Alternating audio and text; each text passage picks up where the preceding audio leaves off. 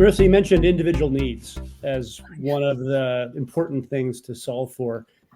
In the before times, in fact, 4 years ago, in the before times before the pandemic reared its head, workplace was for most companies a one size fits all prescription. Yeah. It's not to say that the space designs weren't thoughtful and intending to create experience, but they were homogenous, right? And employees were expected to be there. And then with the flip of a switch, or with a company edict and mandatory shelter at home, workplace became incredibly personal and very individual on a global basis, and for a lot longer than any early predictors would have guessed. For many companies, it was a year or more, in some cases. Yeah.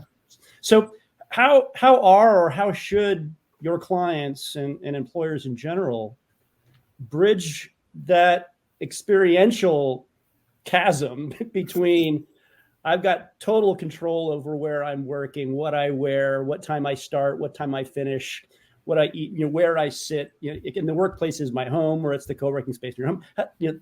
That's a pretty huge chasm jump away from where we would 4 years ago, and where some companies seem to want to drag their employees back to. So how are you advising clients to think about and bridge that experience gap? I think it's really about finding this sweet spot. If I had a magic wand and I could solve it, I mean, I wouldn't be talking with you. We'd all be millionaires living in like Bali or wherever. I don't know. But Bali's nice. Yeah. I thought you'd miss the snow, maybe, Dan, right?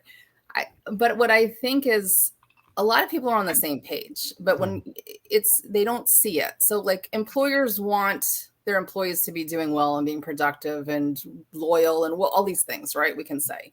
And I would say most employees want to enjoy the people that they work with, have a good manager, have flexibility, because modern life is difficult. Let's address that.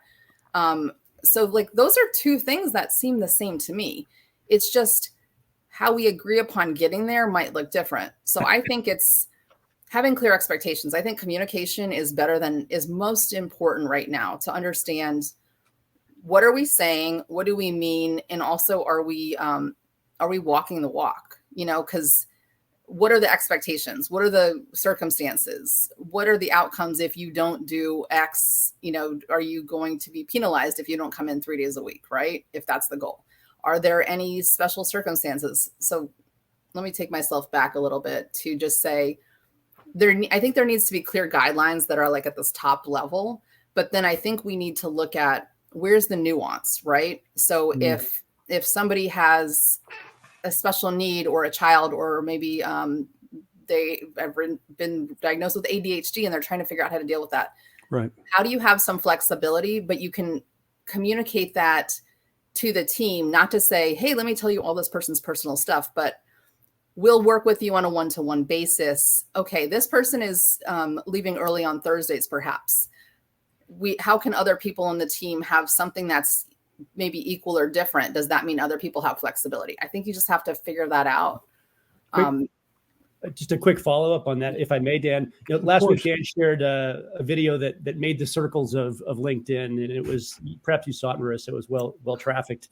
Internet brands CEO in a rather ham-fisted staged video, a lot of green screens, essentially saying, Marissa, you got to come back because I said so. Now they wrapped it up in a little bit of marketing gobbledygook and PR gobbledygook, but that was the message. Mm-hmm. And I think most observers saw that. That seems like the lack of nuance. Yeah. That's a guideline / mandate. How are companies tackling that nuance? That seems like the really difficult part. And are they being authentic about that? Do you think there's really intent to apply nuance in interpretation? No, but that is hard, because it's funny. I had a client where I think about parenting. Like, you have to say sometimes, this is what we're doing.